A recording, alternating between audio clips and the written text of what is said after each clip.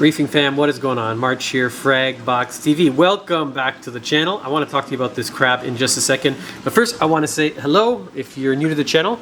This is our saltwater store here in Toronto, in Canada. And we specialize in everything to do with these things, saltwater aquariums. So that involves the fish, that involves the corals, that involves all the little fun invertebrates that go into it, like the crabs and the snails and all that fun stuff. But it also involves the pests.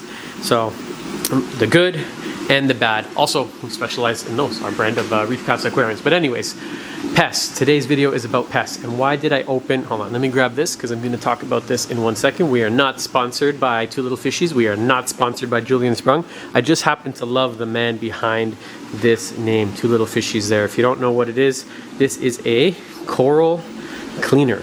Why might we use a coral cleaner? And why did I start with this crab? And why am I asking you so many questions? And why hasn't YouTube figured out a way for you guys to answer me as I ask them? Okay, this is the single biggest, largest hitchhiker pest, if you want to call it a pest, I would call it a pest, that I have ever encountered on a coral. Let me see if I can just kind of grab something to move him out of the way so we can get a larger glimpse at what it is. It is not a purple coral banded shrimp. It just happens to be in that home. If you guys like our little things, our little stickers, I make these on the computer and print them out because I'm obsessed with organization and transparency and pricing. Okay, let me go see if I can find a little stick or something in our parts drawer to move them around. If you are going to be, let's try, no. If you're going to be in Reefapalooza, that doesn't make sense. Use proper English, March. If you're in Orlando, you're going to be in Florida, we're going to be at Reefapalooza April, I think it's 26th and 27th, so come find us. If you're having trouble finding us on the Sunday, I'm going to be mostly hanging out here with Vivid Creative Aquatics, VCA, our friends over there. Antonio, awesome guy. He makes all these really useful 3D printed products, and he also does OEM stuff. So like he makes these tweezers for us at Reef Casa. Those ones are not the ones I'm holding. These ones here are random flow generators and a couple other cool parts. Okay, so let me show you this crab. Now, we call him a pest, but he doesn't know he's a pest. He's just trying to live his life. He did not ask to get, transported from the ocean to Canada. He must have hitchhiked a very long way to get here, but usually pests are not of this size or caliber. This thing's probably 3 inches across. I don't know what kind of crab it is. Maybe we have a crab specialist out there watching that can give us the name. Gorilla crab. Carson doing the testing. What test kits are you using? Aquaforest. Aquaforest. So we'll give a little bit of a plug. Again, not sponsored, but look at this. We're out of stock. We're having trouble getting it here. Not related to tariffs. This is what we use to test our water in the shop. Our calcium, our alk, sorry. Let's pretend. Let's use our imagination, boys and girls. Here, look at this beautiful test kit and magnesium. And we now have the 3-pack, calcium, alk, and mag. Okay, so he says, that's how ADHD works. Welcome to my mind. He says that it is a gorilla crab. Are you searching online? Yeah. I love it. I feel like sometimes like I'm Joe Rogan and Carson is my Jamie. If you ever watch the podcast, you know when they just like say stuff and then Jamie magically pulls it up on the computer?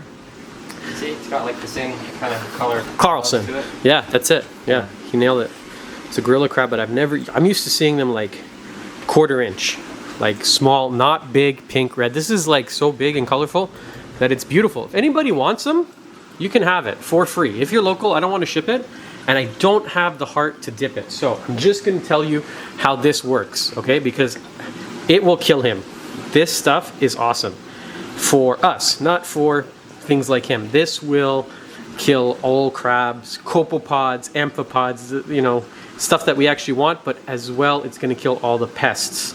So if you don't want to introduce a gorilla crab, why do we call him a pest? Because most likely this guy is going to munch on corals. Maybe we can do a little test, put a piece in, and see if he takes a liking to it. Maybe not, but we always say here in the shop, when in doubt, just take it out. Now, how does a piece like this get by us? Obviously, if you buy a frag, you're not going to get a hitchhiker.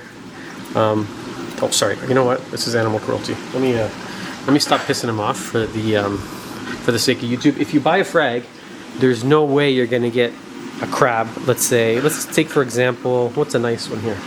Let's take a blue agave zoanthid.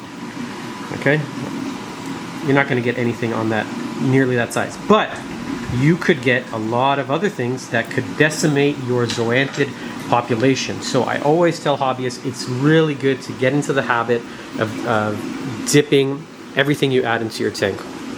Dip early, dip often. The stuff's great. It's very gentle on the corals. You are not going to kill anything as long as you don't forget in the dip. Don't be like me. No, sorry, be like me. Set a timer. Please. I can't tell you how many times people go, they do a dip, and then the phone rings, or someone knocks at the door, or something happens, you walk away and you forget your dipping corals, and then you're going to kill them. They cannot be left inside this dip. So I've done so many videos on how to use this.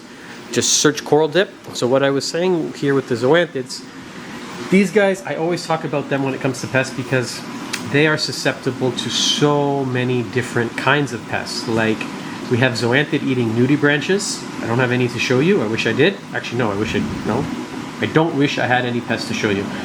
Also zoanthid eating spiders. Zoanthid eating snails, the sundial snails. And zoanthid eating, there's one more that's escaping me. But when it comes to pests, zoanthids are the king. When we get them in, they are some of the dirtiest. We don't dip every single coral we bring into the store. It's just not feasible.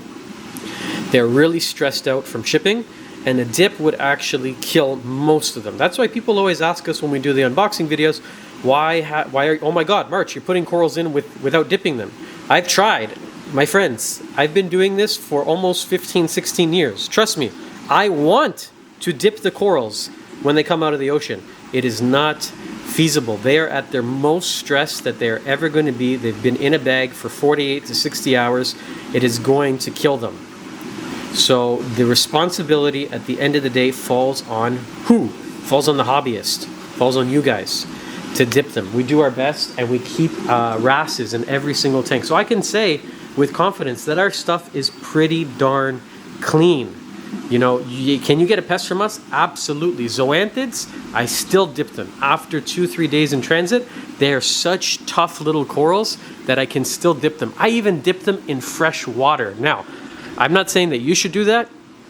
It's a technique that I learned and I use. I use basically like 25% at salt water, and the rest I use lukewarm fresh water.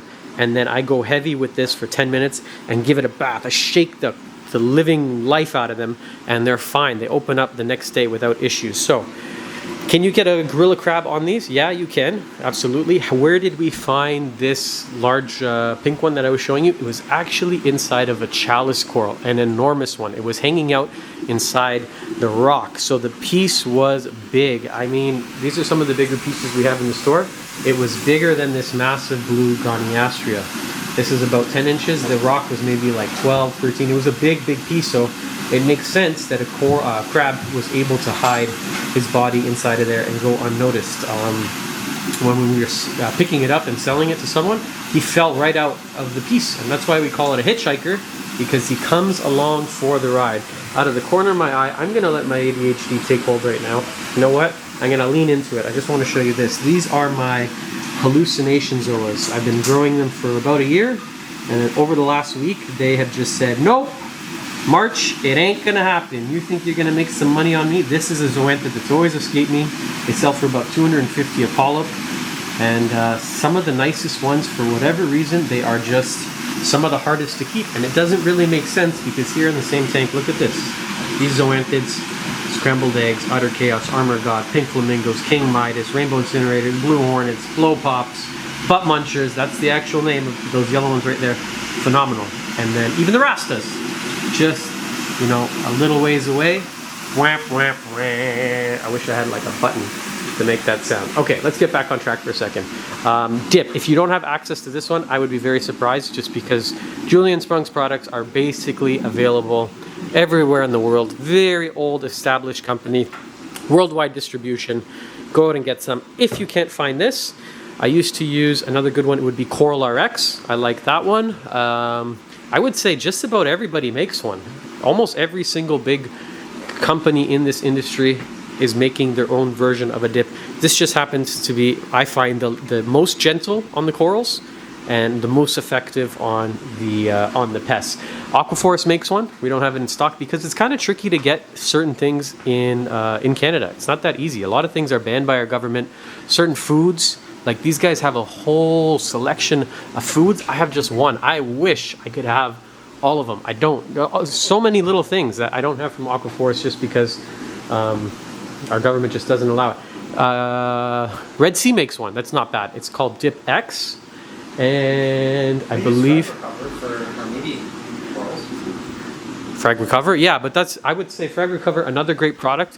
Our Jamie Carson just called it out. This is if you're if you're fragging corals, this is awesome to help them recover after cutting them.